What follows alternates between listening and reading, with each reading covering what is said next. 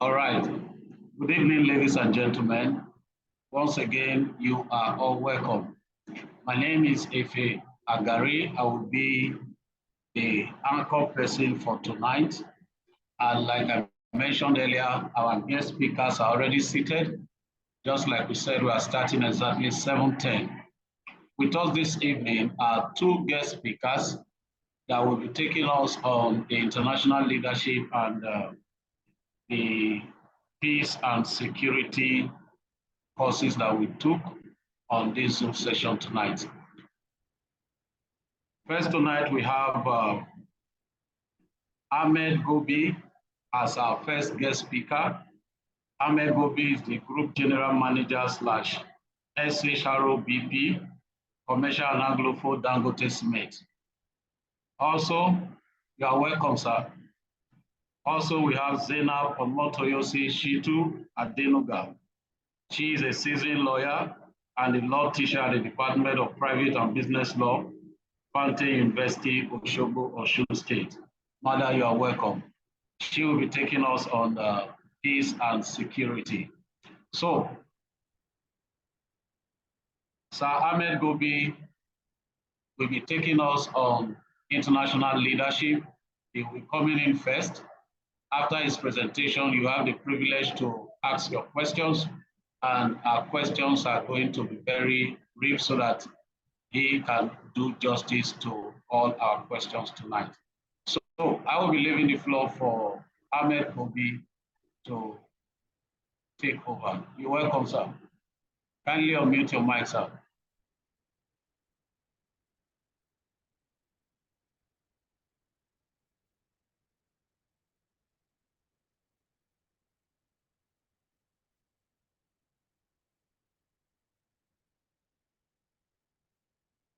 Okay. Thank you very much. Good evening. I hope you can hear me clearly. Good evening, sir. Thank you. Nice Thank to you. have Good you here evening. tonight. Thank you very much. Thank you for having me join the call. And good evening, participants. It's nice to be with you once again to have this conversation. I've been asked to speak on international leadership. Let me start by apologizing that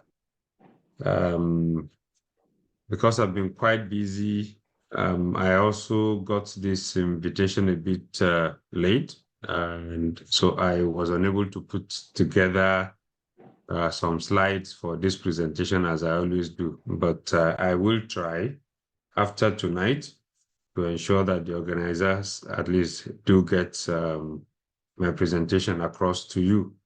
I will just urge you to please listen carefully to me, take as much notes as you can, and during the Q&A, of course, you can ask questions to get clarifications around whatever it is that I may have said. But rest assured, I will try and get across the slides or the paper for this presentation to the organizers so you can all have it. I've been asked to speak, like I said, on international leadership.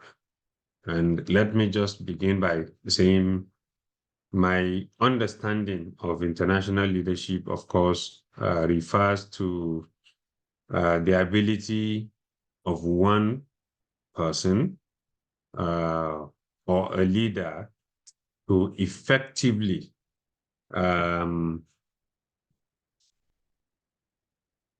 sorry, if I see some people raising their hands, I don't know if it's something you want to address before I go ahead.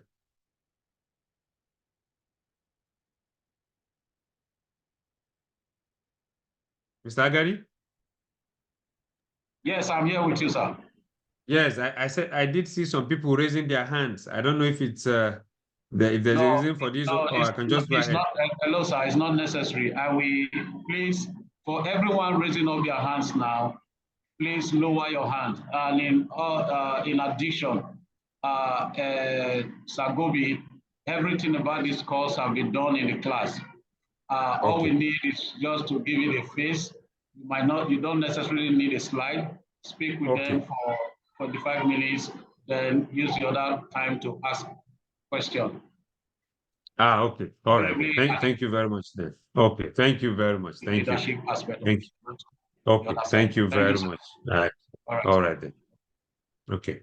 So as I was saying, international leadership, of course, refers to that ability to effectively lead and influence individuals, the ability to lead and influence organizations, and of course, the ability to lead and also influence nations across different cultures, across different languages, and even across different political systems. Oftentimes, this involves an understanding, and the ability to navigate the complexities, of global operations. And this, of course, will apply to those of us who work in businesses. It involves, of course, building relationships. It also, of course, involves growing and developing networks across various borders. It involves adopting management and leadership styles which suit the diverse needs and, of course, the expectations of people from different backgrounds. This is what international leadership um, is typically about. Now, the question then is, who are international leaders? Now, international leaders are typically, people who are skilled, at cross-cultural communication, people who can communicate across different cultures, people who are very skillful and adept at negotiation and collaboration, with other people and with other functions. International leaders also are people who possess an open-minded and global perspective, about issues and about activities and about matters, of course, that come before them or to their attention. They embrace diversity while also recognizing, of course, the value of the different perspectives and approaches that others may bring to the table, or others may also bring, of course, to the discussion. International leaders can also be described as those who are knowledgeable, about global trends, economic trends, global political trends, and global social issues. They are able to use their knowledge of all these global trends, cause to leverage, and make informed decisions such that they are able to also effectively, of course, address global challenges. Now, such leaders expectedly, should have some skills and some traits, like I have said. Now, I'll try to outline some of the traits and some of the skills that we expect people in international leadership roles, should have. And the first of these traits, as far as I understand, and as far as my own international experience is concerned, of course, is cultural intelligence.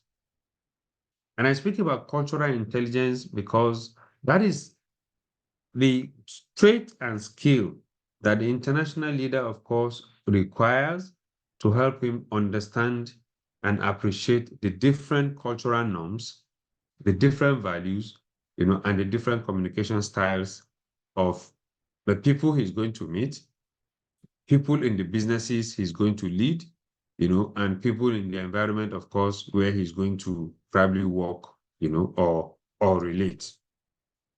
The second, as I always say, is emotional intelligence.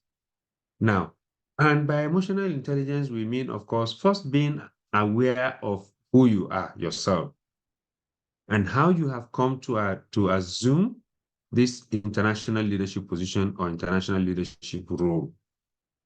Being also socially aware, and being socially aware, of course, is being aware of the emotions of others, whether friends, whether colleagues at work, whether members of the family, but particularly colleagues at work with whom you are likely to be working, or with whom, of course, your paths will cross. So self-awareness and social awareness are key traits and key attributes of emotional intelligence that an international leader, must have. So this relates, of course, like I said, to being able to understand and manage one's own emotions, as well as, of course, empathizing and connecting with others with whom, you may have to work. Now, the third trait, in my understanding, of course, will be the ability of the international leader, of course, to adapt, and by adaptability, we're talking about being flexible and being open to change. Change that you may encounter in the course, of your leadership role as an international leader. And of course, being able to quickly adjust whatever plans you may have, and whatever strategies you may have developed in response to new and unexpected challenges or new and unexpected circumstances. Now, the fourth will be the global mindset, and this is to say that for an international leader, you are expected, of course, to have a very broad and inclusive perspective of happenings around you, even if your role is that of an HR advisor or an HR manager, even if your role is that of a financial controller or a chief financial officer, if your role is that of, say, a plant director or a factory manager, if your role is that of a CEO, in some other country or some other assembly where you have the opportunity to lead people of diverse cultural background, you must have a global mindset, and that requires the leader to have a broad and an inclusive perspective, being aware, of course, of global economic, global social, and global political trends, and of course, being able to integrate this knowledge into the decision-making process.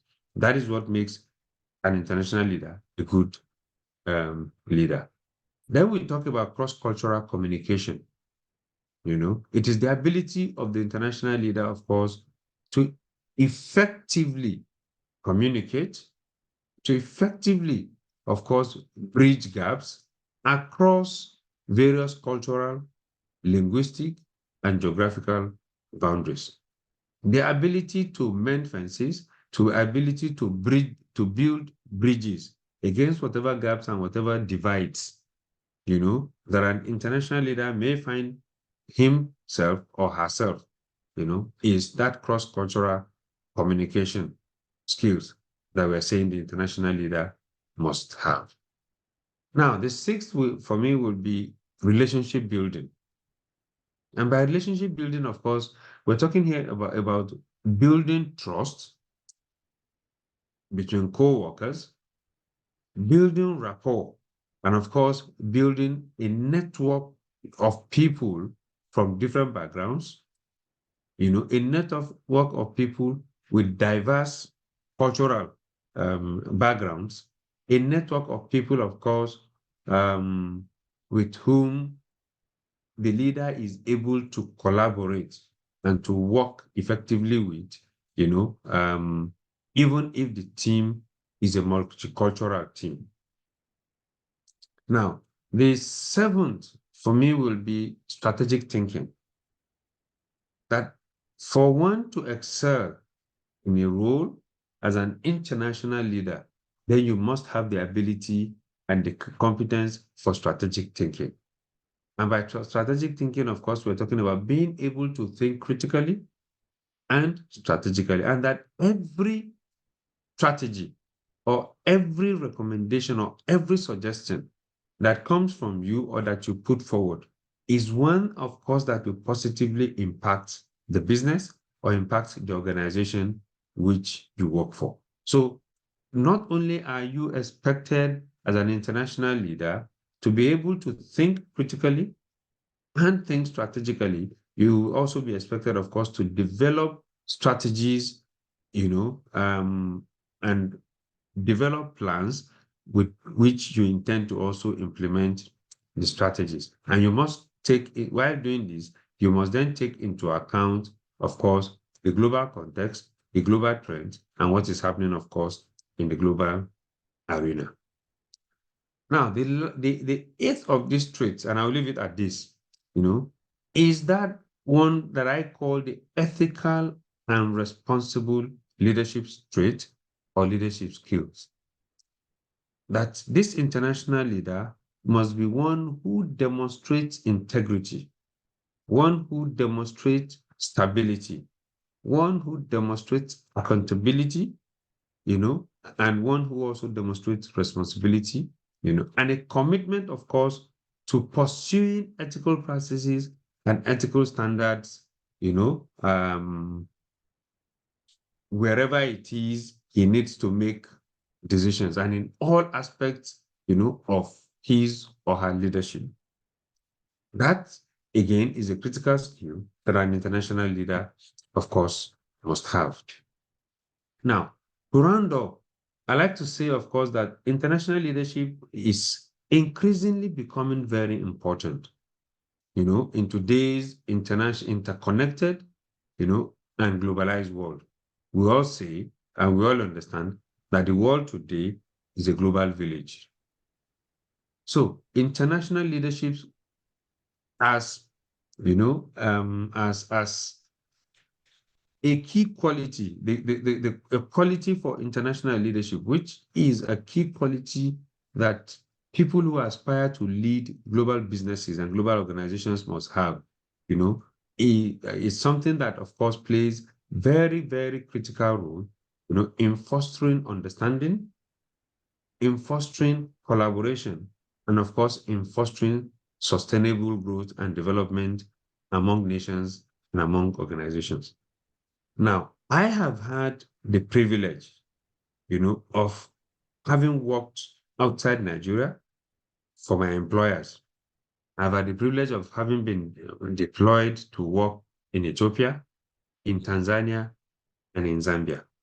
Now, when I went to work in Ethiopia, for example, I did find and I did realize that the Ethiopians are fiercely nationalistic. And they're fiercely nationalistic because, of course, every Ethiopian prides himself on the fact that their country, Ethiopia, was the only country in Africa that was not colonized. So, because I knew this from my study of history, and because I also had related with colleagues who had worked in this place before, particularly at the head office of the African Union, I then, of course, from the onset, was able to determine how I intended to relate, with the people that I was going to be working with. Because our culture as Nigerians is completely different, of course, from the Ethiopian culture. I needed to understand their cultural norms and cultural nuances. For example, I was to find out that whilst, for example, it is okay. I mean, sometimes in Nigeria, not that it is okay. If I was speaking to a Nigerian colleague and I raise my voice, for example, he's likely to understand that I am getting emotional, on account of the conversation that we are having, or the discussion that is going on. I was to find out that if, for example, you are speaking to an Ethiopian, and you raise your voice, not only does it take offense, it is something that, for example, they will go and report you to the authorities to say, no, this guy raised my voice talking to me. Very simple things like just a conversation between two people. I'm underscoring this. I'm saying this to underscore, that of course, there are various traits, which one who is an international leader must have, but you need to understand these, to be able to fit in, of course, into the environment, and the culture within which you are working. When I went to work in Zambia, it was a lot more easier for me because, for example, Zambia is a common law country, just like Nigeria, and that's because, of course, we both belong to the Commonwealth.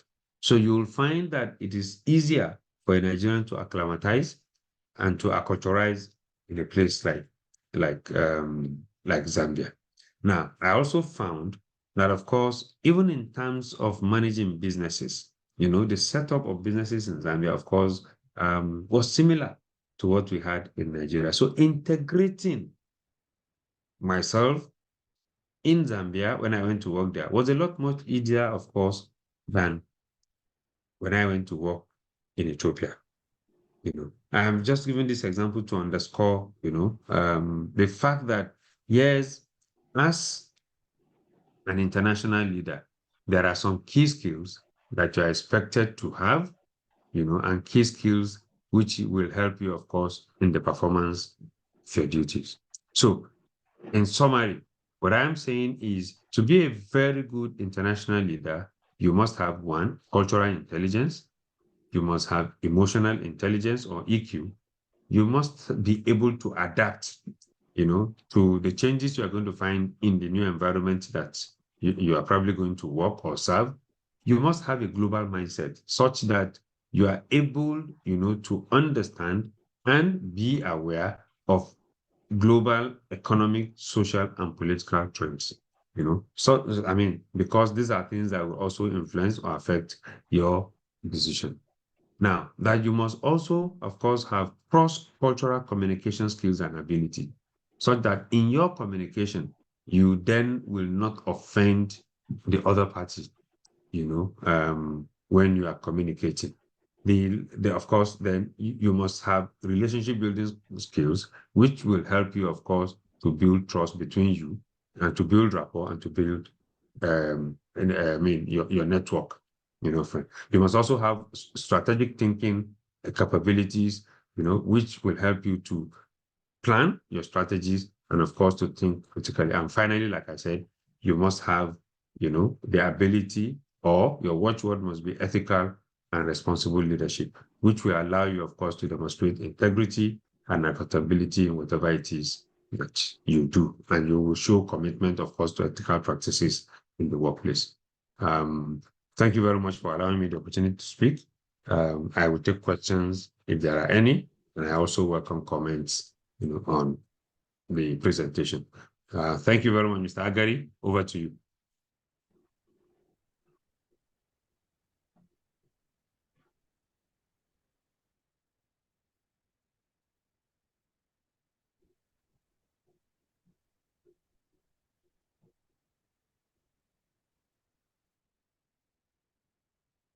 Mr. Agari?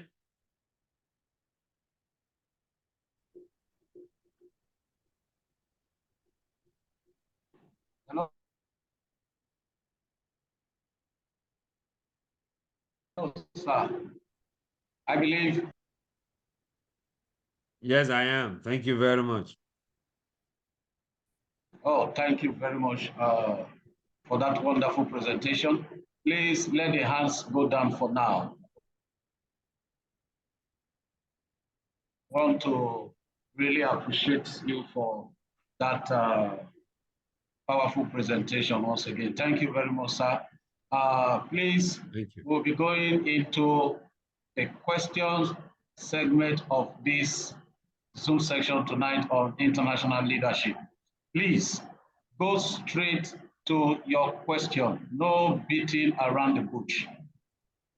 Why do I have to study international leadership? What is the value of international leadership to me? Don't start telling us stories. And Sir Ahmed Gobi, please, we want the response to be in seconds so that we can deal with a whole lot of questions before we move to the next segment. So for those of us who have questions, just raise up your hand.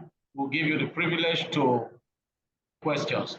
And we'll be spending the next 20 minutes this question segment. Okay, so for those of us that have questions, just raise up your hand. We'll give you the privilege to ask your question. So the first person we have here tonight is Cyrus. If you don't have a question, don't raise your hand. Please, have a question, do not raise your hand, please. All right, so Cyrus Johnson, unmute your mic. You have 1 second straight to your question. Cyrus Johnson. Okay, thank you so much. So, actually, thank you for the presentation. I just want to know how can we better achieve the international leadership? Thank you. How can we better achieve international leadership skills? Like I did say, of course, there are skills that are cultivated over time, but there are also skills, of course, that you learn from opportunities such as one that you have now. I have tried to list out some of the skills.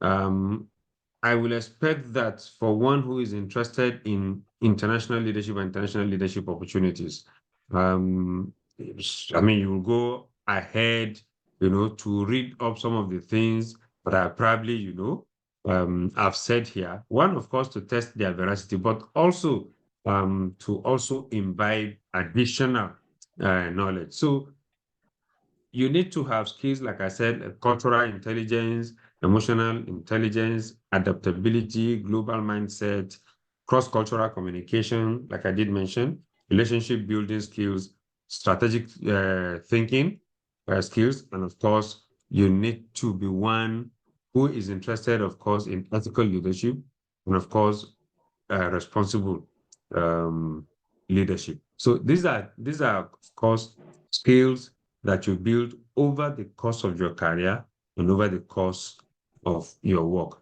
Yes, you may be taught some in the classroom or in discussions as we have here, but they are skills that you develop over time while you're working, of course, through your experiences. Thank you, Cyrus. Thank you very much, sir. The next person on the line is Mizra Yosna. Unmute your mic. Sorry if I didn't pronounce your name properly. Good evening. How are you? It's fine. Thank you for the presentation. My question is, how do successful international leaders navigate through different political and regulatory challenges in different countries whilst maintaining an effective leadership? Okay. Thank you very much, Misra. I think what is important is if you're going to be an international leader, of course, I mean, we all must have the requisites, qualifications,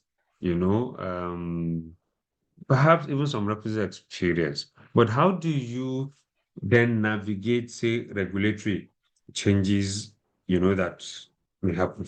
I will speak to my experiences. I have worked in Ethiopia, and I have worked in Tanzania, I have worked in Zambia.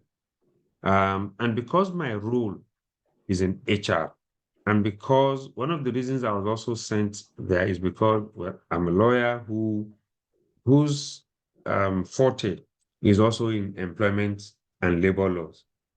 The first thing, for example, that I do when I get to each of these countries, or that I did when I get to some of these countries, is to try to understand, because I'm in HR, for example, what do their labor laws say?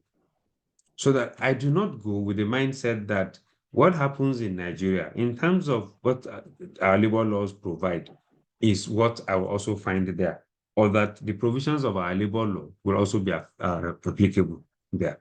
I'm also very mindful to understand what the provisions, the ILO conventions, are, such that even if I am unable to fall back on perhaps the labor proclamation in the country, I do have, of course, the convention, the ILO conventions, of course, relating to work, relating to, of course, women at work, relating to hours of work, relating to safety, and so on and so forth, that I have them at the tips of my hand, or at least very close for me to So to answer your question, the first thing to do for one who wants to be a very good global or international leader is that wherever you find yourself, you must try to understand what are those regulatory provisions that supports or that that guides and that regulates, of course, the performance of your role or the performance of your function, in these places. It was in the course of this, for example, when I got to Zambia, that I discovered that, for example, in Zambia, the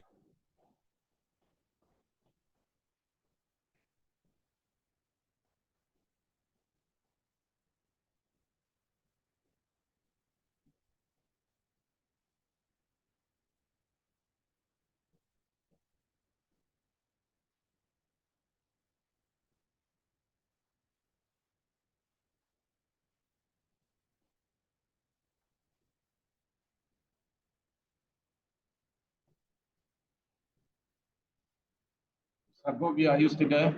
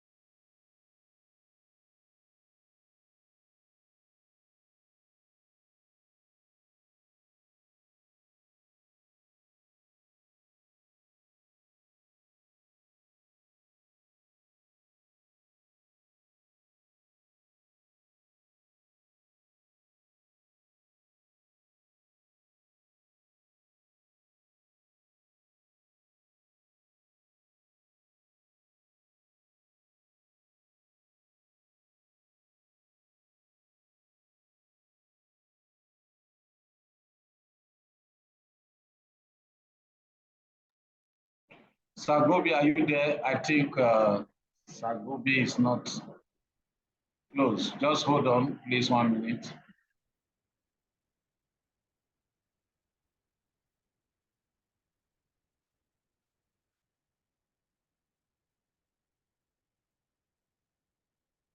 Please hold on. Let's get him back. It's like network will kick him out. Just hold on for him to come up again. But I believe Misra's question has been well taken care of.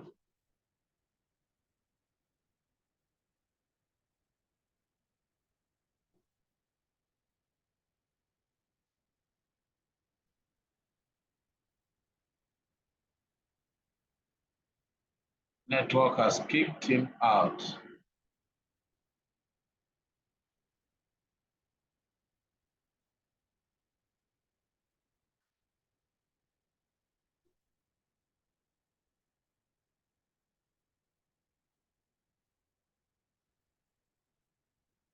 Please, for those of us dropping notes on the chat box, especially those with the challenge of audio. Now, when you connect to a Zoom meeting, at the base of your device, left-hand side specifically, you will see a microphone sign and a video symbol with a strike through on red. If you don't tap on the microphone to get it connected, you will not hear anything. You will not hear anything. So always get that done when connecting on the Zoom, please, so that you can hear everything that is being discussed. Okay? Let me search for Gobi again. I mean, Gobi stuff. Okay, let's see.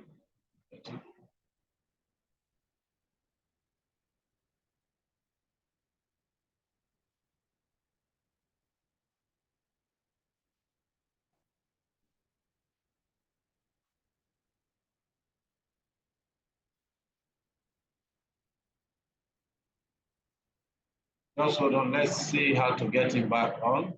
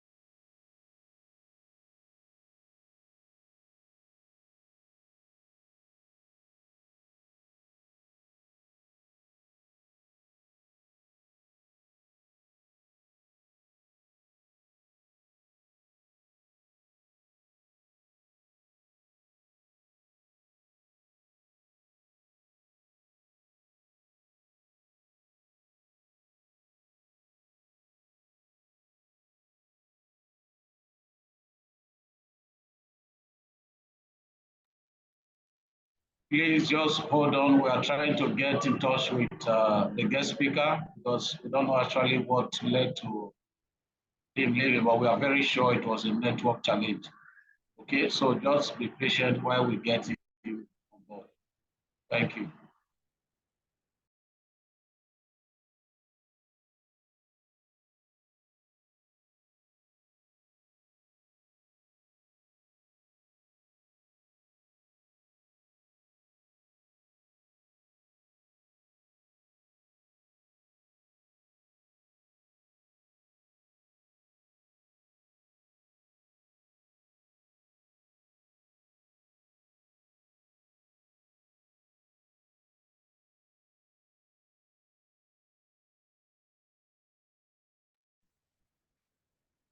Please just hold on, it's coming up now. I think it's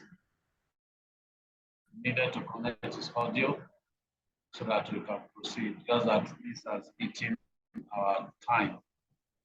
Let's see what we can get out of this.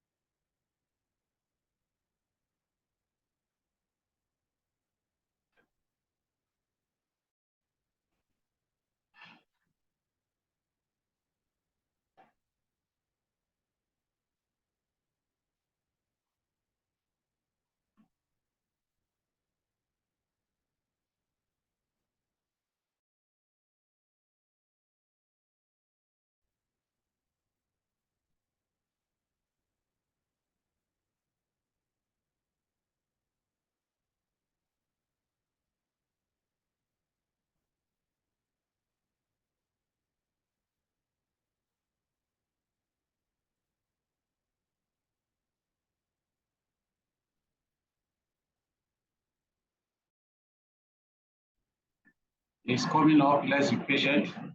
I guess the network from his end is not helping matters at all.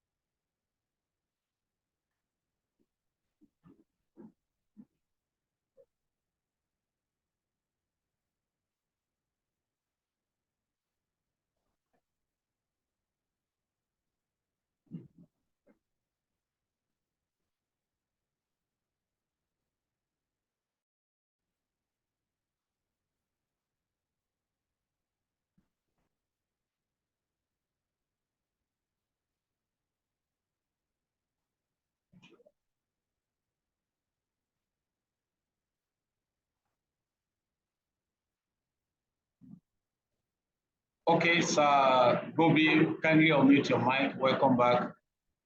Sorry for that break in transmission. Very good. Welcome, sir. Okay, my very sincere apology. Yeah, sure. Okay, let's take a few questions so that we can maximize the time. Mr. Chance Cletus, unmute your mic. Please, let's be fast with the question. Mr. Chance Cletus, you are there on mute. Okay, good evening, everyone. Good evening. Please, yes, sir, I need to know, like, what are the pros and the cons of being an international leader in Nigeria as opposed to advanced countries like America, UK, and Canada? Thank you.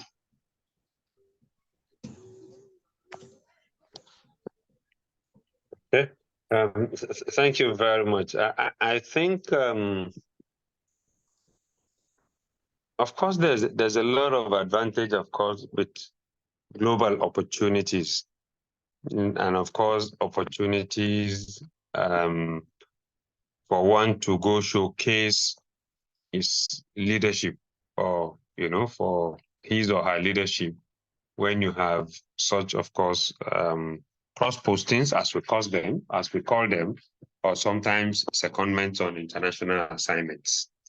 The advantage, of course, is the experience that it gives the individual when you assume such roles, because you now have an international and a global experience, as opposed to that experience or your experience, which perhaps is limited to your local environment. So I think the important thing is that it also helps to prepare one for even higher responsibilities. When you have the opportunity, of course, for cross-posting, for international posting, the kind of experience, of course, that comes with it is one that prepares you, to assume higher roles and to assume, of course, more senior roles when they come your way. Now, what are the disadvantages?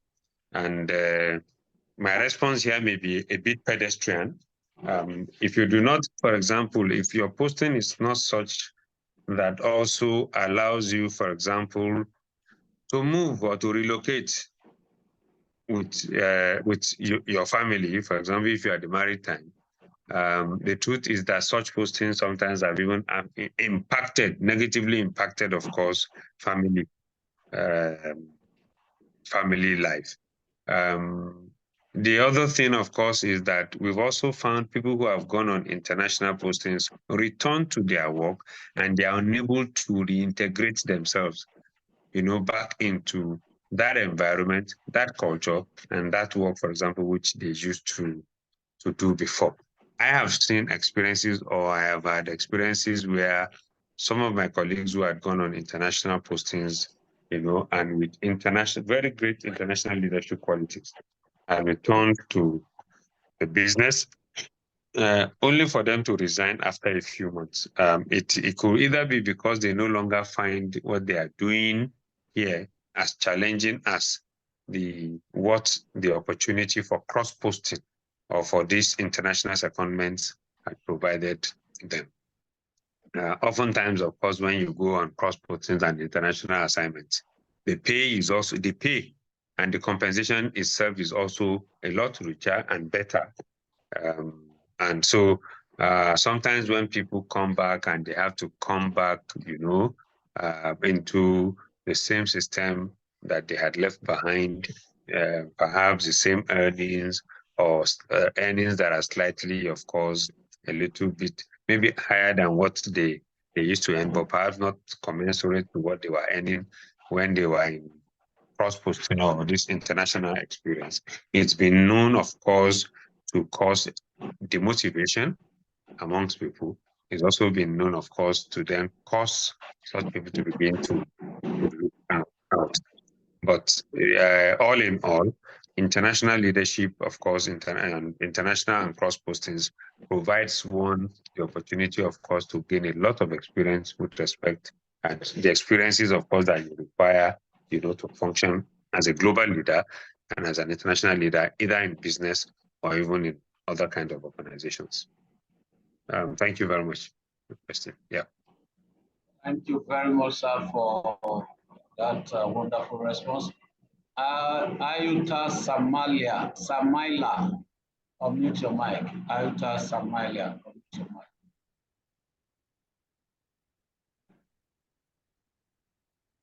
Are you there? Unmute your mic and ask a question. Ayuta Samaila is not there. Okay. Celestine Aleke. Celestine Aleke, unmute your mic.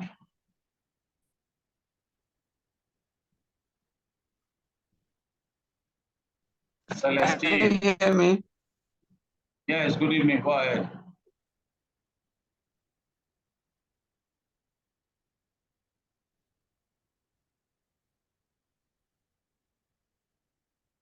These people are not here. Okay, let's make progress.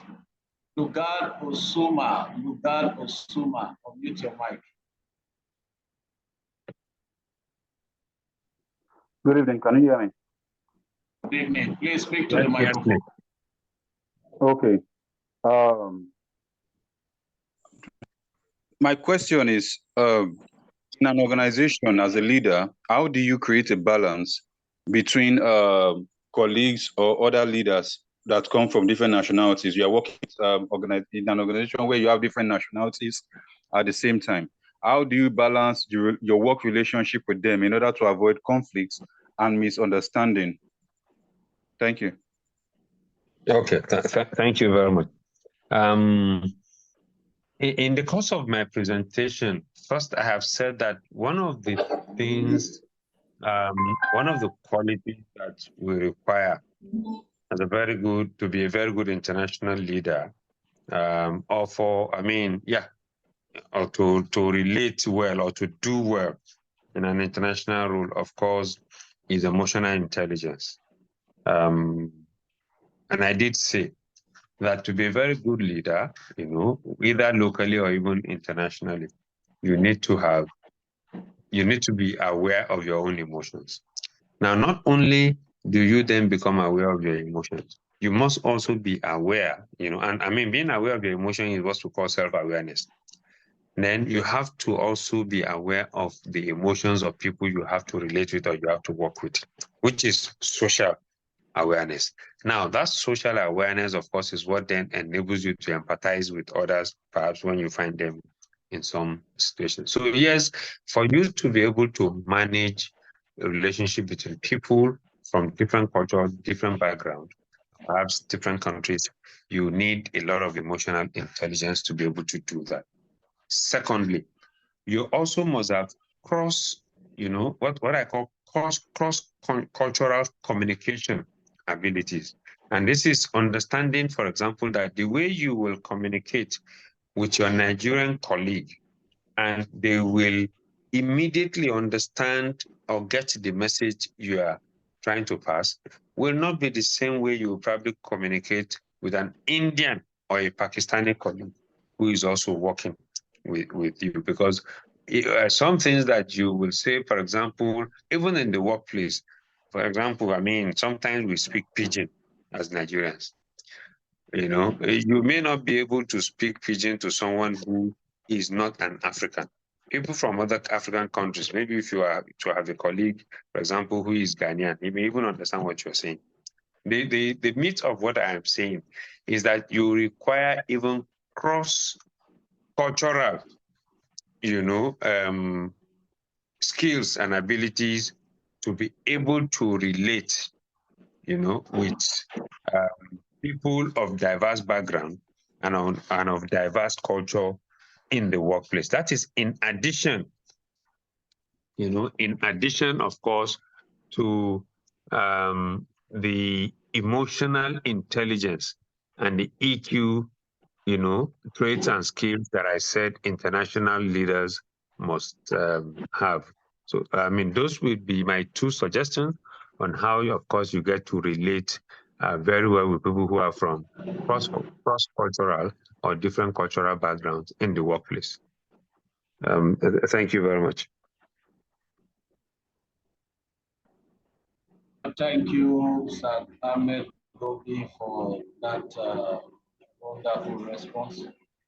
Justice to all this. I think because of time, we'll just take one more person before we proceed to the peace and security segment of this Zoom meeting tonight. Okay, so it's going to be Nelly Kenneth. Nelly Kenneth. Okay, yes. Nelly Kenneth, unmute your mic. Nelly Kenneth, unmute your mic. It's like Nelly Kenneth is not there. Okay, let's. Patience Adeda. Patience Adeda. Unmute your mic. Patience Adeda. Patience Adeda, unmute your mic. Patience Adeda, unmute your mic. Good evening, sir. Good evening. Yes, Good evening. please. Thank you. Yeah, good. Thank you so much for the presentation. It's a privilege for me to be part of this learning class. I want to find out what's the relationship or the difference between international leadership and also global leadership. And then is it because the name differs, or are they related? Then secondly, the skills learned from as an international leadership, can you use it as a civil servant for as a civil servant in your place of work? Because there were some skills mentioned by the presenter. Can it go? Thank you so much. Okay. Thank you very much. International leadership and global leadership relate to one and the same thing. Because we're saying, I mean, if you are a global leader, you are an international leader. It also means that you probably have had the opportunity, to perhaps work, either through cross-posting or some other opportunities, of course, in a global or international assignment.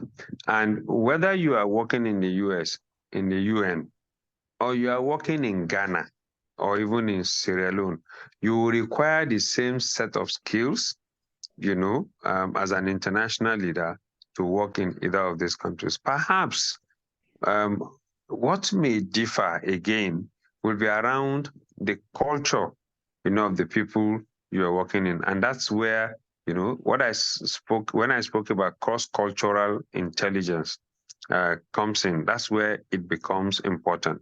And that's when you then understand, how do I manage, of course, the cultural nuances of the people that I'm working with in a place like Ghana and in a place like Sierra Leone, as opposed, of course, to, how I will manage same if I was working, of course, locally. Now, so the second part of your question, again, no knowledge and no experience, is wasted. And if you do get the opportunity of a cross-functional posting and an international assignment, I am quite sure that whatever it is that you learn during the course of this international assignment or international deployment or engagement is also one that can be brought to bear, on your work as a civil servant. If there are innovations, it's also possible to come and share such innovations with your employer. And of course, at the end of the day, with your colleagues in the place of work. So yeah, the answer is yes. Whatever it is that you gain from your international experience or your experience as a global thought leader or as a global leader is quite important, and it is one, of course, that your employers must be willing to allow you share, and one that you must also, of course, be ready to share with others in the workplace. Thank you. I hope I have managed to answer that question. Over to you, Mr. Agari. Yeah, thank you very much, Ahmed Gobi. Nice being with you tonight. Want to really appreciate you for taking our time to be part of this Zoom session tonight. We are really blessed. I believe everyone in this meeting tonight had learned one or two things that will be of value to every one of us. Once again, thank you very much. And in a short while, we'll be going over to the peace and security segment of this meeting tonight. And we have our guest speaker, Zainab Omotoyosi Shitu Adenuga, a seasoned lawyer and a law teacher at the Department of Private and Business Law, Fountain University, Osogbo, Osun State. I believe she's here. And before I bring her on board, I want to assure every one of us tonight that this meeting is being recorded. For those of us who are saying they came in late because of one issue or the other, don't worry, you are going to get the recorded version of this meeting and you will meet up with us. Before we go, once again, as Ahmed Gobi, we want to really appreciate you on behalf of the leadership of Plage Meta Verse. We say thank you for coming and God bless you. Zainab Shitu Adenuga, kindly unmute your mic. You have the floor now.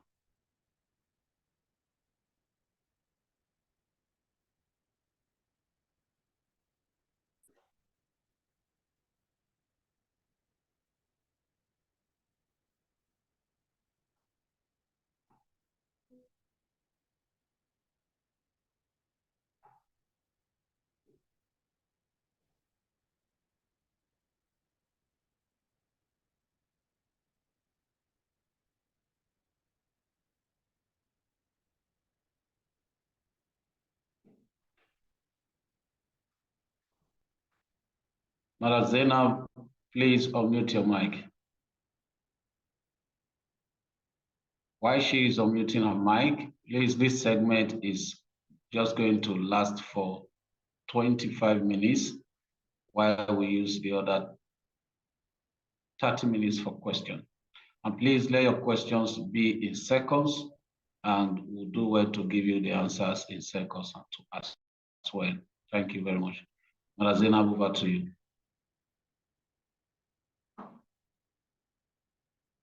Madam Zainab Shitu, over to you. Kindly unmute your mic now.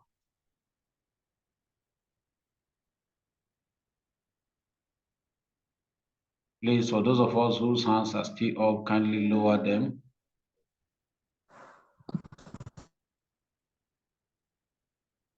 Madam Zainab Shitu, are you there?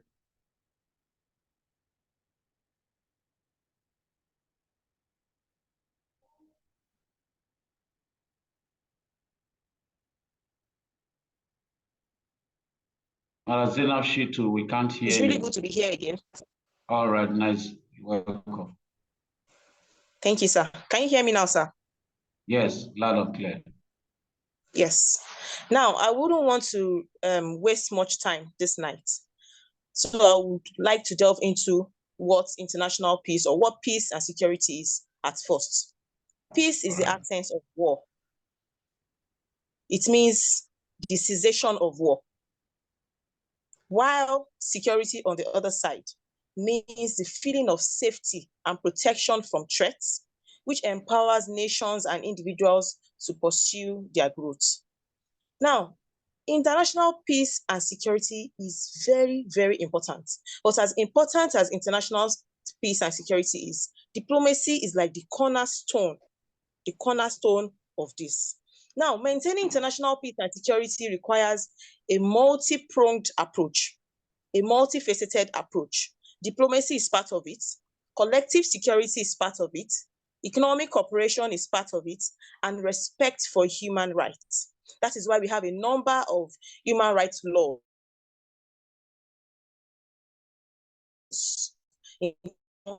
violations and helps to protect human rights. Now, let's focus on diplomacy. What is diplomacy? Diplomacy is an international relations. It is an essential tool for building bridges and fostering dialogues between nations. Diplomacy is the act of, bringing communities, bringing international nations to a roundtable conference, sitting down and speaking as regards fostering cooperation amongst them. At its core, the belief that communication and understanding can lead to peaceful coexistence and mutually beneficial solutions. Through various channels, diplomacy allows nations to, one, take preventative measures. That is, diplomacy allows nations to foresee that a war is breaching.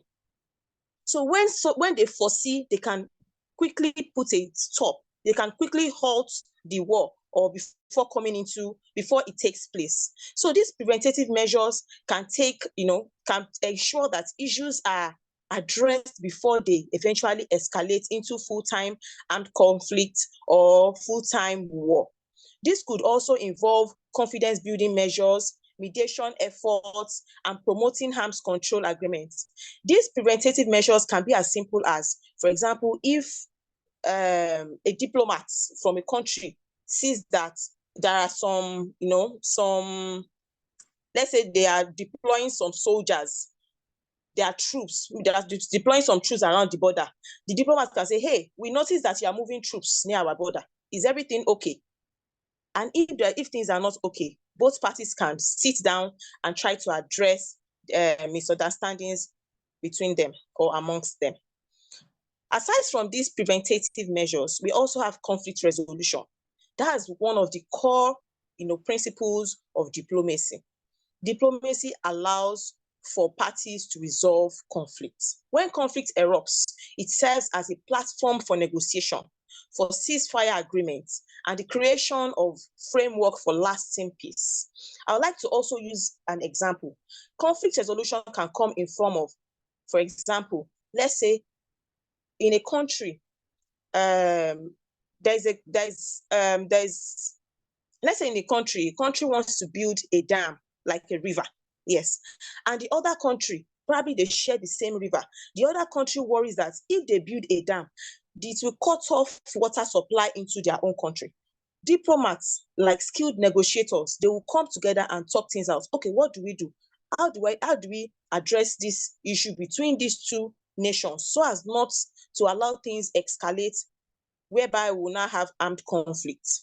Then both parties can come into an agreement to say, okay, let's build a smaller dam, or let's share waterways, or let's see how both parties can benefit one way or the other without one party losing. Let's make it a win-win situation. So that's how conflict resolution comes, settling disputes between these parties too. Then also, diplomacy also comes in form of maintaining international order. Diplomacy plays a crucial role in upholding international law and promoting rules-based order. Through treaties, conventions, multilateral institutions, diplomacy also establishes a framework for peaceful coexistence and discourages unilateral action that can destabilize global security. Through diplomacy, the United Nations have come, there have been so many declarations. We have, for a good example is Declaration Against Violence, Declaration and Elimination of Violence Against Women. We also have CEDAW, Convention on Elimination of Violence Against Women. We have our own African Charter. We have so many laws. We have Maputo Protocol and so on and so forth. These are laws, these are convention treaties that are formed, that come in form of diplomatic, that have the mission of diplomatic mission that wants to ensure that parties live in a friendly atmosphere and ensure that parties can come to negotiation without, going into war. Now, let's look at real examples of this diplomacy. We can look at the Iran nuclear deal in 2015. In 2015, there were heightened tensions between Iran and the West. And because of this heightened tension, the international community, that is the P5 plus one, the United States, United Kingdom, France, China, Russia, and Germany, they reached a landmark agreement. And this agreement was that Iran agreed to limit its nuclear program in exchange for lifting economic sanctions. So they lifted economic sanctions against Iran. And because of that, Iran also said, oh, I'm going to limit nuclear program. Of course, if Iran does not say they want to limit the nuclear program, of the whole world will be shattered because of these, their nuclear weapons and so on and so forth.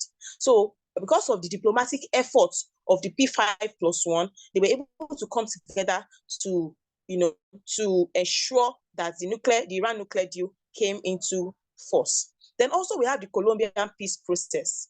The Colombian peace process happened between 2012 and 2016. And it was as a result of a brutal war, civil war, that raged in Colombia for 50 years. The Colombian government and a revolutionary armed forces of Colombia, FARC, engaged in extensive negotiations, and they came to an agreement. And as a result of that, the conflict was resolved. Also, we also have the Paris Agreement on Climate Change, when all world parties were called together to say, look at it, look at our atmosphere. We need to do something about greenhouse emission. Everybody is just flaring gases into the atmosphere. And because they are flaring gases, it is reducing, it's changing the weather.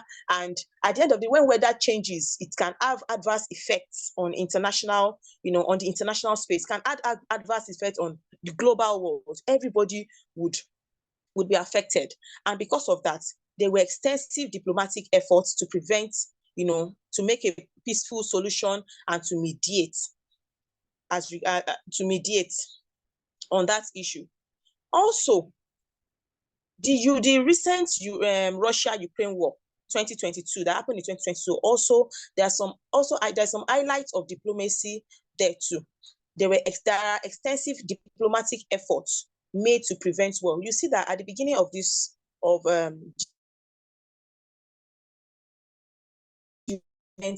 Nigerian students were in Ukraine, they had to run to neighboring countries for safety. And it was really intense when it started. But later on, you find out that compared to the war now in Palestine and then Israel, the war in Ukraine and the Russia-Ukraine war is not as intense as the war in Palestine.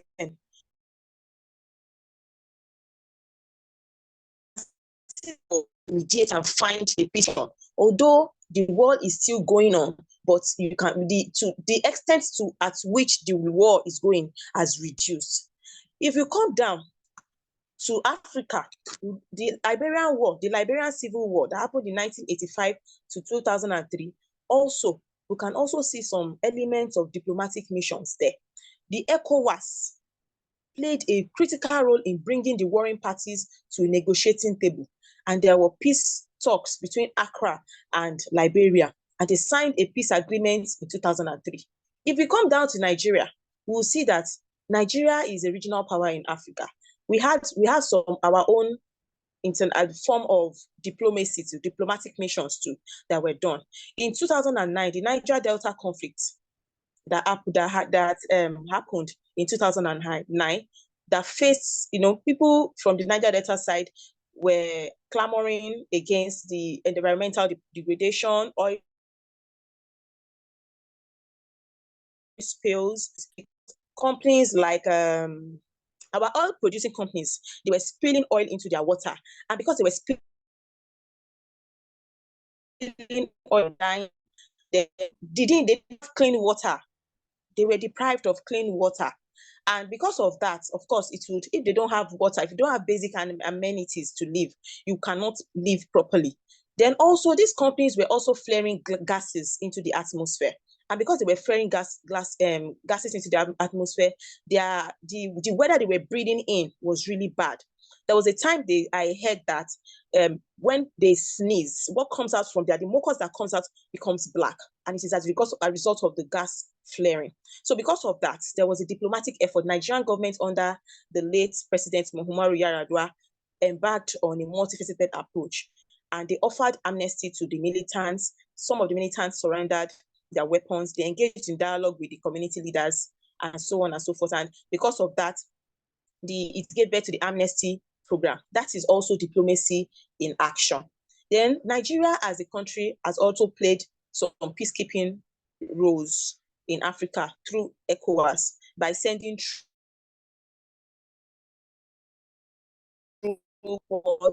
providing aid to countries that are warring when they are warring.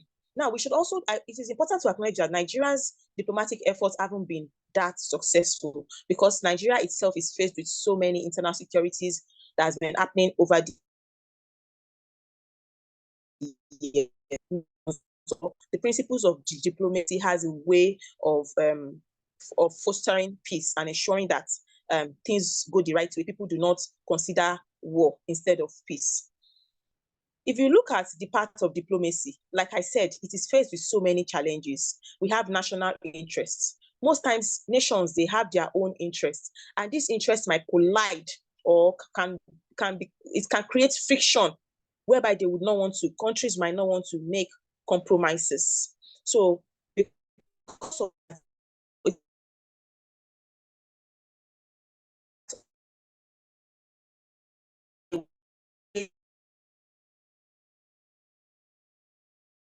I gave out the country that wants to build a dam and the other one that says, no, you cut off water supply. So both parties are fighting for their own national interests, and skilled diplomats will want to have to negotiate with them to come so that both parties can come to a common ground. Then also misinformation and propaganda. We know that in today's society, misinformation is abound and propaganda is abound, and this can erode and hinder open communication. So diplomacy must contend with these challenges and promote factual dialogue. Also, we have geopolitical tensions, historical grievances, ideological differences, competition for resources. This can create deep-seated tensions that will make diplomatic solutions very difficult to achieve. Now, how do we strengthen diplomatic roles? We can strengthen diplomatic roles by investing in diplomatic resources, by ensuring that we have skilled negotiators, skilled diplomatic institutions. Our diplomats are truly people who know their onions, who know what they're supposed to do. Then the country must also invest in areas that demonstrate a nation's commitment to peaceful solutions. Then also, international institutions like the United Nations must provide crucial platforms for dialogue and collective actions. Supporting these institutions strengthens the global framework for peace and security. Also, there must be public diplomacy must be engaged on a wider level. Public awareness and understanding of diplomatic efforts are very, very essential. Civil societies must be engaged. They must be engaged. People have to start talking. People have to get educated about public diplomacy and the effect is to have on a supportive environment. There must be supportive environment for diplomacy so that it will foster international cooperation. In conclusion, while the world faces numerous complex security challenges, diplomacy offers a powerful and enduring approach to building peace by promoting dialogue, fostering understanding, and finding common ground. Diplomacy can help us navigate a more peaceful future for generations to come. So in achieving international peace and security, there's no way we can achieve it without talking about diplomacy. Both parties can sit down and must sit down and come to a common ground. It is because of diplomacy, that is why we have Olympics game. Countries can come together every 4 years to play games. It is if countries do not agree, if there is nothing like diplomacy, then countries cannot come together to say, okay, we want to engage in a friendly match every 4 years. It is because of diplomacy. That is why when there is war, when war breaks out in a country, the diplomats, our diplomatic mission in Nigeria would connect with other diplomatic missions outside in evacuating our citizens or their citizens all over the country. It is because of these diplomatic missions. And this moves towards, ensuring that there is international peace and security in the world. Thank you very much. All right, Zainab Shitu Adenuga. Thank you very much for that explicit presentation. It was awesome. Thank you very much. Okay, we're going straight now to take some questions. Please, like I said earlier on, let your question be brief, straight to the point, and Mother Zainab, please let the answers be brief as possible so that we can take a lot of questions in this peace and security segment of this Zoom meeting. All right. Okay, so let's go now. Sunday Asukwo, unmute your mic. You have the floor now. Sunday Asukwo. Good evening, sir. Good evening. Please My speak to the question is, how can an individual contribute to international peace and security as an individual in a country?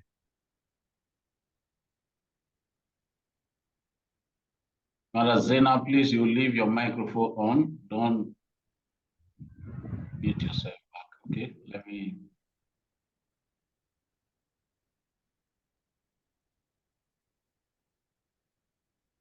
Mother Zena, please unmute your mic now. Thank you very much. Now, the question is, how can an individual contribute to international peace? First of all, I would say educate yourself. Learn about different cultures, different religions, historical conflicts. Then also challenge stereotypes. Speak out about against generalization. Promote respectful dialogue. Then support cultural exchange between parties. Advocate for peace. Spread awareness. Donate, if you have money, donate to peace building efforts. If you can donate 8, continue to donate 8. Live peacefully. Promote kindness and respect. So those are the things you can do to contribute to international peace as an individual. All right.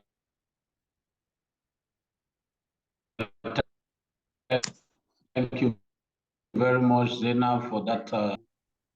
Donate to peaceful causes, give aids, and speak when it is necessary for you to speak. Thank you very much. You're welcome, sir. Noble Kofi. All right, Noble Kofi, please unmute your mic. And thank you very much. Thank you very much. I'm Noble Kofi, a police officer from Ghana.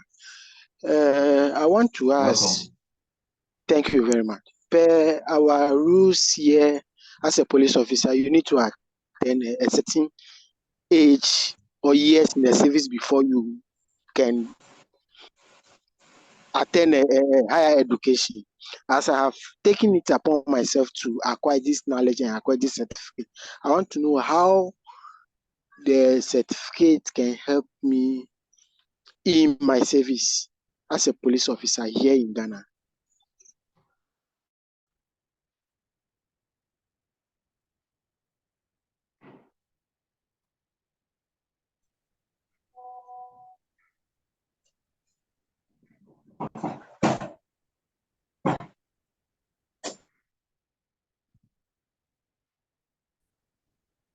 Mother Zainab, are you there? I'm here, but I didn't hear his question. His question is, he is a police officer from Ghana. Acquiring this knowledge, what impact will this knowledge have on him as a police officer? That is, having this certificate on international peace and security. Thank you. He said having what? Sorry, the network is breaking. So he said, I heard to the extent that he said he's a police officer. We can't hear you. Yes. He's a police officer and he wants to know what, sir? The impact of this knowledge. How will it help him in his profession as a police officer? Yes. This knowledge is very, very important because you are a police officer. In fact, because you are also part of the law enforcement agents. You are a law enforcement agent. So it's very important because, when we are talking about violating human rights or fostering peaceful environment, you are a stakeholder. And I don't know, generally, there has been so many things about police brutality and police violating human rights. So if you empower yourself knowing about international peace and security, how it is very important, then you'll be able to bring that knowledge into your occupation. You'll be able to see that, yes, dialogue, it's not every time that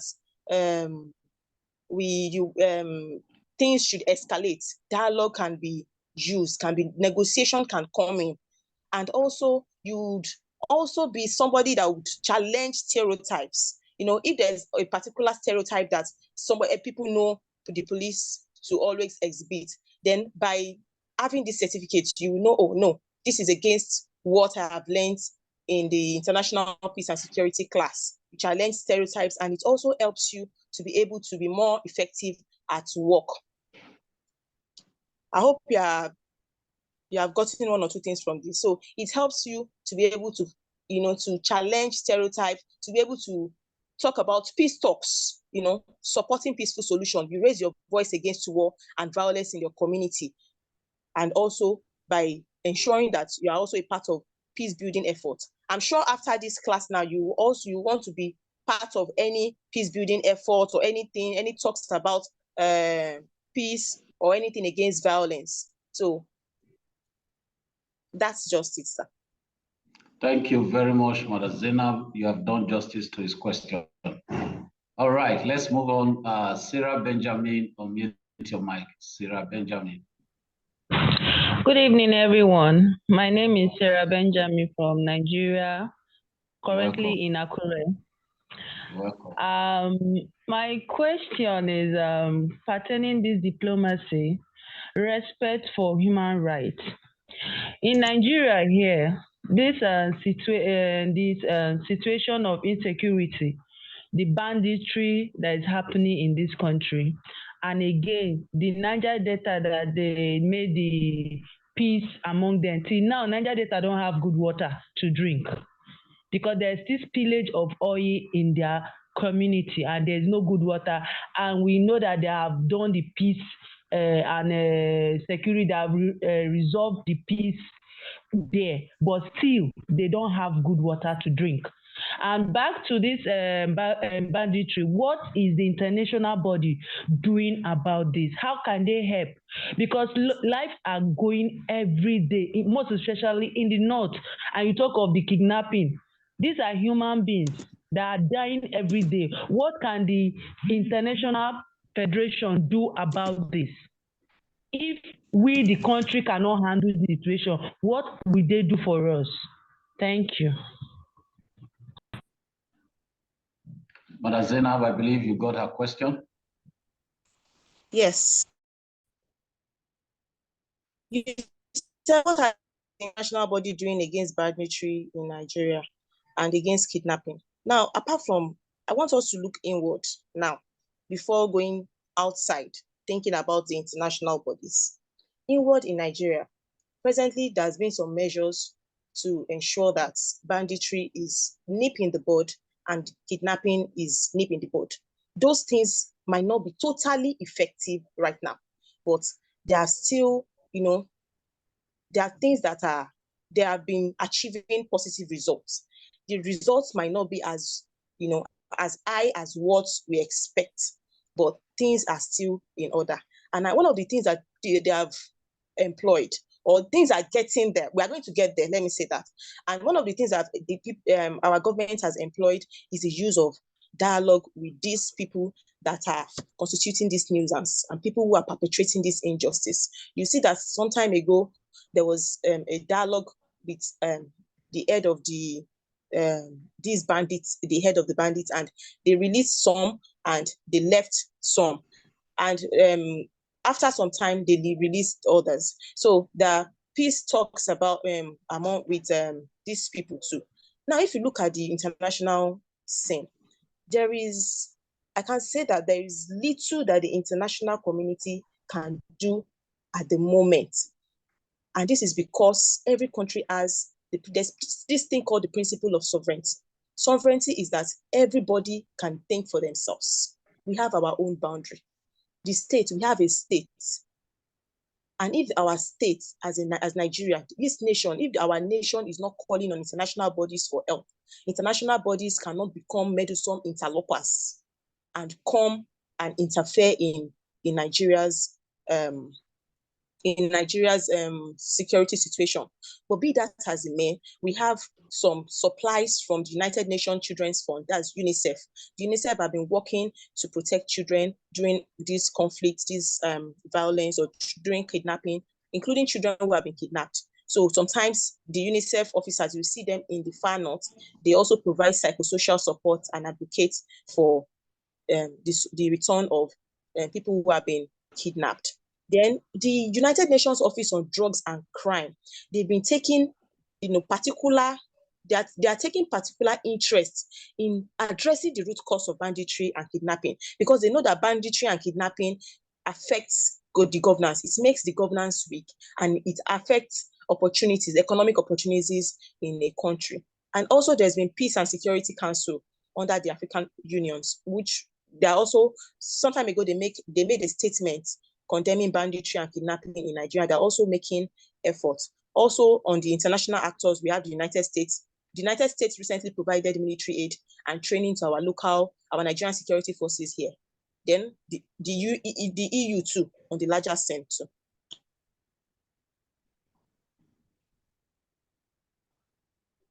I've answered the question. All right, thank you very much, Mother Zainab. I believe she got you loud and clear. Okay, so let's make progress. Our time is winding up gradually. Jeremiah T. Uhange, unmute your T. Uhange. Please, with our questions, please. Jeremiah T., you have the mic. Okay, thank you. Please speak to the microphone. Thank you. Good evening, Madam Zainab Shitu Adenuga. Good evening, sir. I appreciate your presentation this evening. Yes, I'm joining from Nigeria. And my question goes this way. Voice now. Okay. How let's can move on. Let's move on. Hello, okay. Hello. Can't hear you. Are you with me? Hello? Yes, please go on. Okay, can you hear me now? Yes. I said my question is, how can diplomatic efforts face... Okay.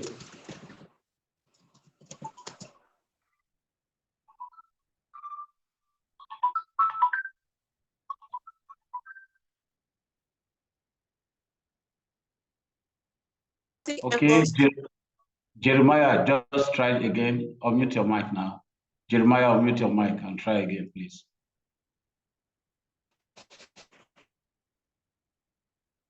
Jeremiah, are you there?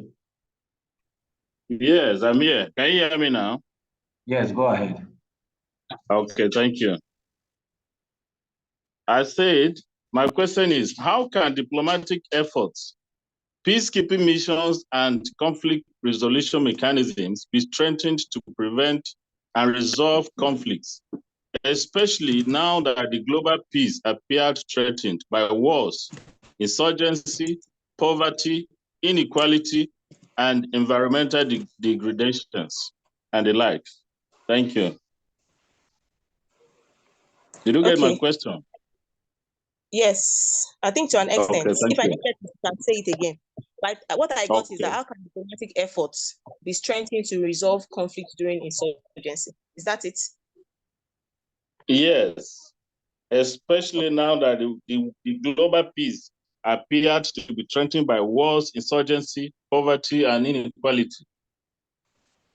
Okay, so the diplomatic efforts that can be used to strengthen conflicts during insurgencies are, first of all, the channels of communications must be opened.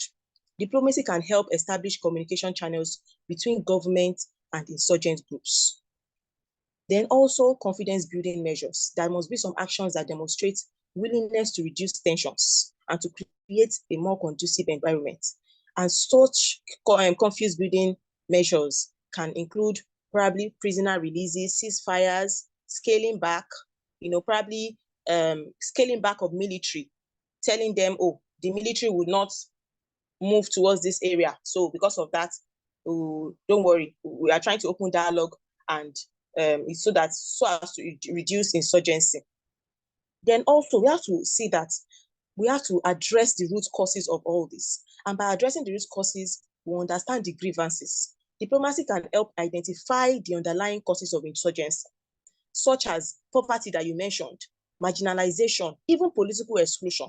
So understanding the grievances, power sharing agreements. How do we come together? By talking to the insurgent groups, let us come together and see how there can be a sense of alienation, how there can be an inclusive government, even if in the long run it is not actually met. But in cases of insurgency, these are desperate times, and desperate times require desperate measures. Thank you.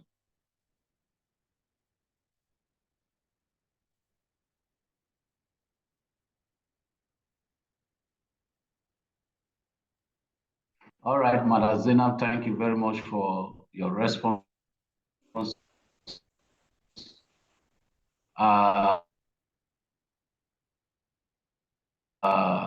Adiremi, please, let's be fast with the question. Thank you. Thank you very much. My name is Adiremi Adrinkomi from Lagos, Nigeria.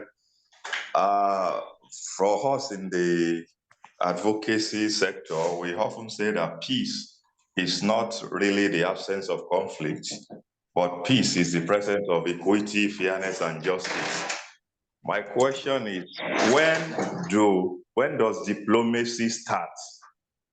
When a situation has not degenerated into conflict? When we have a situation of peace and we are trying to maintain the peace, can diplomacy come in at that point, or we have to wait until things broke down to conflict before we make use of diplomacy as an instrument of settlement? Thank you very much. Thank you very much for that question. And I remember that in my lecture, I said that aside from the fact that diplomacy is employed when things actually break down or when war starts, diplomacy can be employed before it starts. It can be used as a powerful tool before a conflict starts. And I remember that I gave an example. It can be as small or as little as some people, like our military officers, saying to other parties, oh, put your troops very close to our border. I hope there is no problem. By saying that, if there is a problem, let's say that a particular nation is preparing to go to war with the other nation, both parties can do that diplomatic tactic to sit down and talk and say, yes, we're actually angry at you. We saw that you are infiltrating our land, we are doing this and that. So it can come in before. It doesn't have to come in. In fact, it is better, it's more effective when it comes before. It becomes a more effective technique when it comes before, because it helps party to be able to prevent escalation. It fosters dialogue. Parties can come together to say, okay, this is what you are doing, this is what you are doing, what are the control measures we should bring into place. Then it also manages tension. When it comes before, it's managing tension and it opens channel of communication before things degenerate to the extent that both parties will not want to talk again. We are starting it now before we become enemies. So it can be started before conflict starts. I hope I'll be able to answer your question, sir. Thank you. That's perfect. Thank you.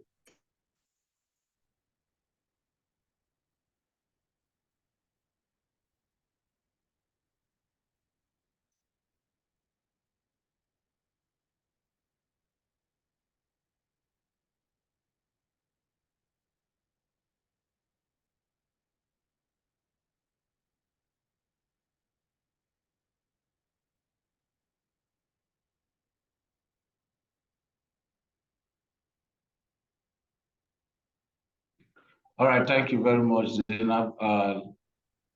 Who is the next person? Olu Johnson. Olu Johnson, unmute your mic. Good evening, sir. Good evening, ma'am. Good evening. Thanks for your presentation. Because I'm an admin officer, but I'm working with a security company anyway, a private security company. But my accusation here is that after this course now, do we have any internship that we can do so that we can have more practical and more experience in this field of peace and security, and also about the international leadership that we just talked about? Do we have any means that we can work with other companies so that we can have a internship that will make us to really know what to do should in case if there's any opportunity? Thank you, sir. Okay, sir. I don't think I'm in the best position to answer your question, but I believe the course instructor would get back to you as regards that. I'm not aware of any course you can take, although I know some universities take courses in, take some of these courses, but I will leave it to Madam Zainab. Yes, Madam Zainab, just hold on. Let me get your question again, sir.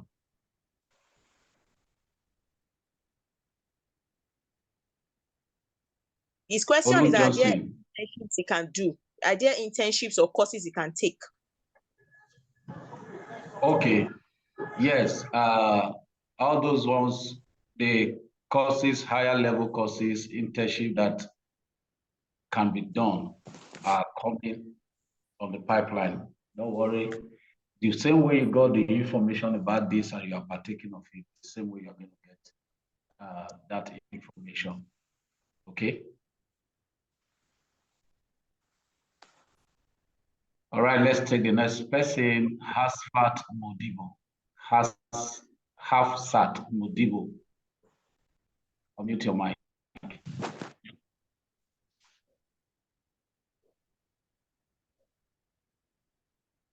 Hafsat Modibo, unmute your mic. Is he there? Not there. Okay. Messiah. Hafsat is there, sir. Hafsat is there. Unmute your mic. Hafsat is there, sir. Hafsat is there. Okay, Hafsat. Okay, go ahead. Yeah, go ahead. Good evening. Good evening, sir. Good evening, Madam Zainab. Hafsat, go ahead. I'm Dr. Hafsat Ibrahim Modibo. It's a nice paper presented. Please, about this diplomacy issue, I'm speaking from Nigeria. About this diplomacy issue, I want us to look inward. So let me say something small about that Ghana guy that asked question, if I may add. I think he said, how will it be useful in his place of work? Maybe we should add to him that he can submit his certificates by the time he gets it here to his place of work so that it will be add to his CV. And they may recognize it there in his field and it will add to his substance. Maybe when they are looking for people that can do some things like that. So let me come back to myself. Please, Madam Zainab, there is something that is worrying me inward inside our country. The role of this media, the way they are exhibiting or discharging their functions. You see that when they go to the field, we normally have casualties on both the civilians and our security agent, but you just see that the media keeps on blowing whatsoever that happens on the field like that. I'm sorry to say this, like there are some pictures that you cannot even view, but they will put it there. And these people, they have families, they have all this. So how are we going to deal inwards with media propaganda? Because you spoke about misinformation. How are we going to deal with it? Is there any way that we can deal with it? Because it's it worries me a lot and I don't know how to go about it. Maybe At least since we are on this, yes, sir. Thank you, sir. How to deal with media issues. Yes, sir. Media propaganda. Yes, media issue, especially in relation to our security agents. Right? Yes, sir. Thank you. Noted. Mother Zainab. Yes, thank you very much, ma. The media, they sell sensational news. And because of that, it creates more problems for us. You said that it bothers you. It bothers me a lot because what bothers me more is the way our media go about, sharing this information. Most of these informations are not even correct, especially now that we are in the age of social media. Anybody can just go up, own a blog, and start, misinforming people. You realize that there was this particular, when at the beginning of the Israel-Palestine war, the media shared that about 100 babies were killed. And as a result of that, CNN carried it, the United States carried it, so many, media outlets carried it all over the world. And this misinformation went on for about 2 weeks. What leaders were carrying this information for about 2 weeks? It was later on that they found out that 100 babies were not actually killed. It was just from the media because they wanted to sell their papers or they wanted to sell their news just for clicks and comments. So bringing this issue back to Nigeria, there has been works. I know if I talk about this now, a lot of people will say, no, they should not control the media, but the media needs to be controlled. There's a popular saying that freedom of speech is not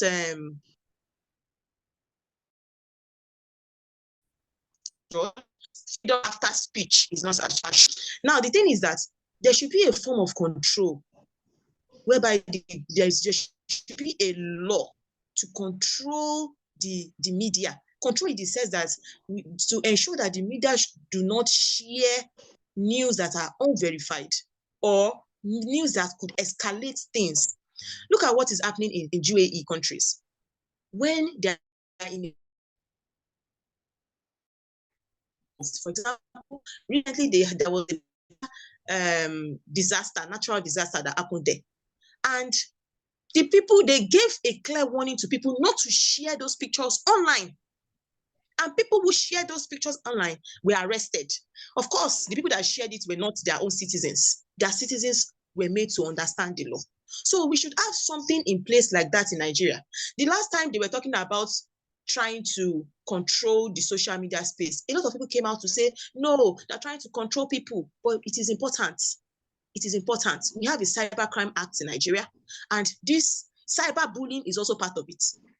So if these measures are put in place, the media will not misinform people and it will not create a feeling of mistrust amongst people. So I understand your worry. What worries you worries me too, ma. Thank you very much.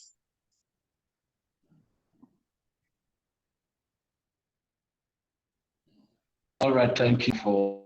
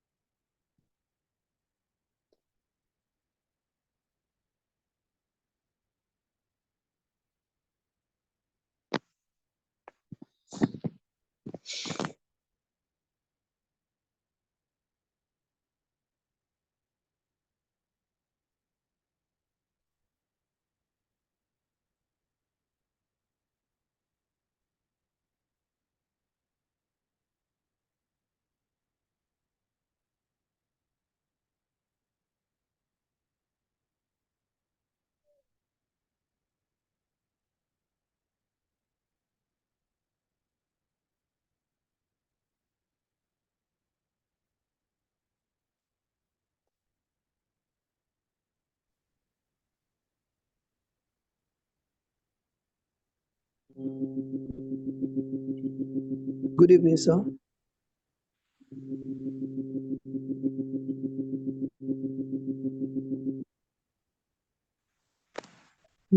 Good evening, Zainab. My name is Mina from Nigeria. I just want to ask a brief question. Looking at the case study of Ukraine, Russia, looking at the case study of Palestine and Israel, as a global peace expert, what do you think will have been your suggestions in ensuring the crisis, the conflict do not escalate to this level? And most importantly, you are seeing clearly what happened yesterday, so the battle line is already drawn. What do you think you can advise to see that we don't get to have a third world war, even though many still haven't come to terms with that? Thank you. Well, like I said earlier on, the channels of communication must be opened. People need to start talking. People need to come together to talk, to bridge the gap. That's the first thing. If we have warring parties or parties who intend to go to war, if they do not talk, then they would eventually get to that warring stage, to that conflict stage. So with the little knowledge I have about the Palestine and the Israel war, there's been a lot of talks in the past. So it is more complicated than what you and I see on the social media. It's a very, very complicated situation. And some people would even refer it to as a genocide. That is they want to ethnically cleanse a community. But not to take any side here, I believe that the peace talks,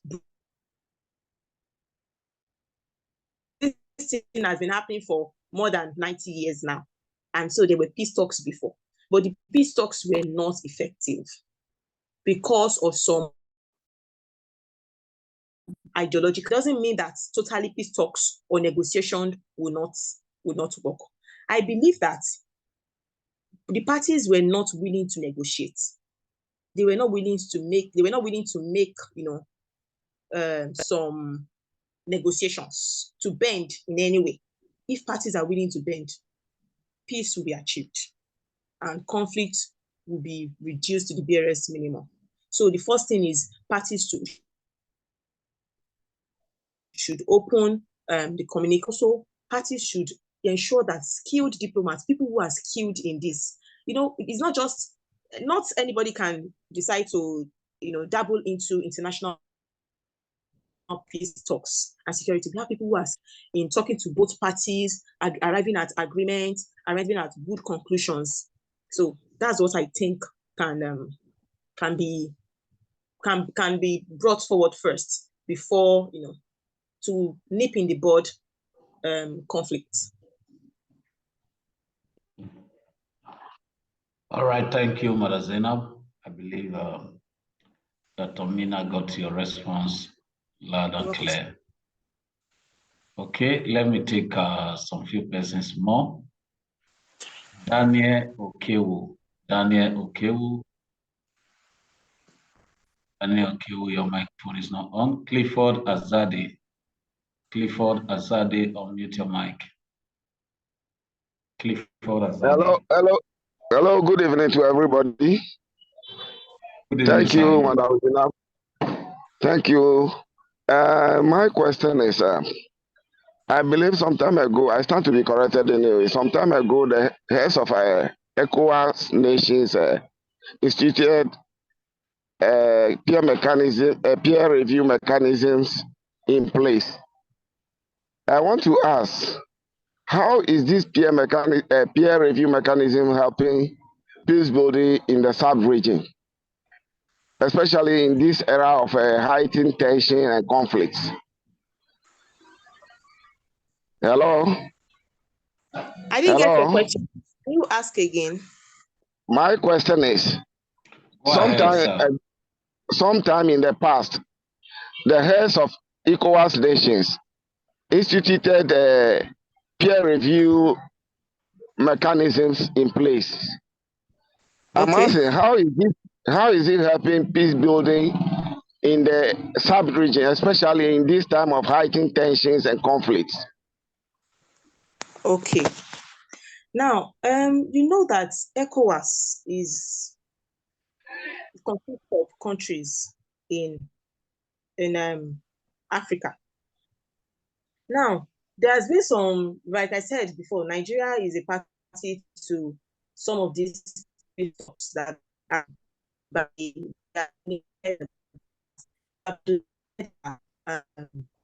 our military men and In addition to that peer review, there's a humanitarian response mechanism, there's been relief fund, there's been coordination system to ensure that peace is achieved and conflict is not looked into. So these mechanisms are in place and they are working. The extent to which they are working is what is in doubt. Their effectiveness is what is in doubt, but the mechanisms are working. But I want you to look at war in a very international, I want you to look at it with an international eye. Let me use it that way. Yes, with an international eye. Even sometimes war is more than what we are saying. War is big.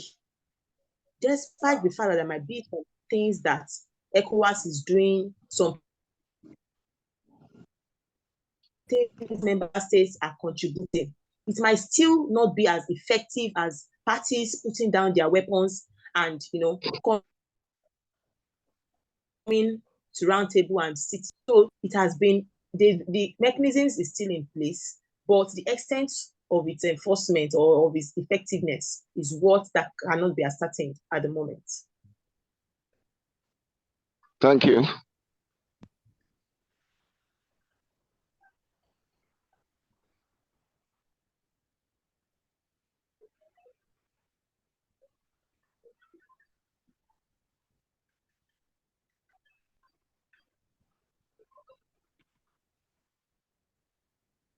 We can't hear you. Thank you. Okay. Zainab, it's like you are not close to your microphone. I'm here. I'm here. Can you hear me? All right, welcome back. I believe you've answered as that. Yes, I can hear you loud and clear. Thank you.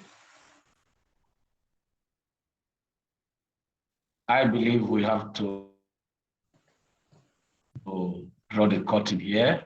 But before we do that, I want to special everyone who stayed till this very hour and also going through some chat from the chat box.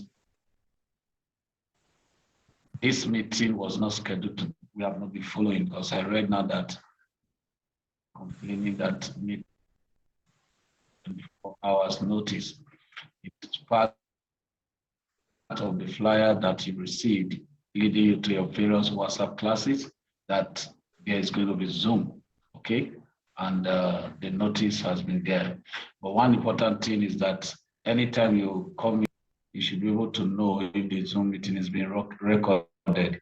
And we have always recorded meetings like this and made the recording available, okay? All right, so Zainab, we want to really appreciate you for your time tonight. The leadership of Plage Meta Verse really appreciate you for the wonderful job done tonight. Once again, on behalf of the leadership and management, we want to say thank you very much. God bless you. And for every one of us who took part in this session tonight, I believe we have learned one or two things. And for those of us who are civil servant or working class, either in the public or private sector, apply the knowledge. Don't just get the knowledge and sit idle with it. No, it is in application, it is in practicing what you have learned that you become a master. Like someone said, showcase what you have learned by imputing the knowledge into your CV and profile. You can speak to just 5 persons in your department, 10 persons in your department. They might have an issue tomorrow. You say, Mr. XYZ, Mrs. XYZ, give us a talk on this subject matter. Let's go back and meet him. And by the time you do it over and again, you see that you become a master of it. I believe we are going to do something and change so many narratives. Once again, thank you very much for taking part in the international leadership and international peace and security course. For those of us who came in late, like I said earlier on, you are going to get the record of this Zoom meeting. Thank you and have a very wonderful night rest. You can exchange greetings for now and we call it a quit. Thank you. For all our guest speakers, thank you very much. Thank you. Thank you. Thank you, I sir. appreciate So, you. thank you, everybody. Thank you. Thank We're you. going Everybody, to Thank everybody, you. everybody. Have a good day. Thank thank you. Thank God bless you. you, sir. Thank Thank you. Thank you. you Very much, everybody. God Big Good bless thank night, you. you. We everyone. appreciate your Thank you, trainings. sir. Good night. Thank you. Yeah, Welcome. Ghana. Thank Thank you, Zainab, Thank you, Niger Speaker, brother. Thank Thank you. you. Guest we speakers. appreciate Thank you very much. God bless you. Really Brother. appreciate. Thank you very much, sir. Thank you very much. Thank you. Thank you. Thank you. Thank you. Really appreciate it. Thank you. Thank you so Talk much. now. Thank We you. can talk now. Thank you very much for today. thank you very much. We appreciate you so Very much. educative, especially Mr. Zainab explanation is very, very Everybody. Now, good night. Lecture. Thank you so Thank you much. so God much, bless sir. you. The Now, lecturers. good night. Good night. Good night. Everybody Have have a a great great day. day. Great day, You. Thank You. Una the you. EMP, thank you. Okay. To me, waiting I Appreciate hear. God. Thank you. So the lecture start. Thank you. God bless. Thank you from this end. Thank you. Not 2 hours. Thank you very much. Thank you. Love you all. What's up, Zoom? Night. Thank Zoom. you Zoom. all. Oh, Go on, you what's up, Zoom? good So na night. Zoom. Zoom, get you. All of Oh, we do 6 a.m. members of the All this house. one just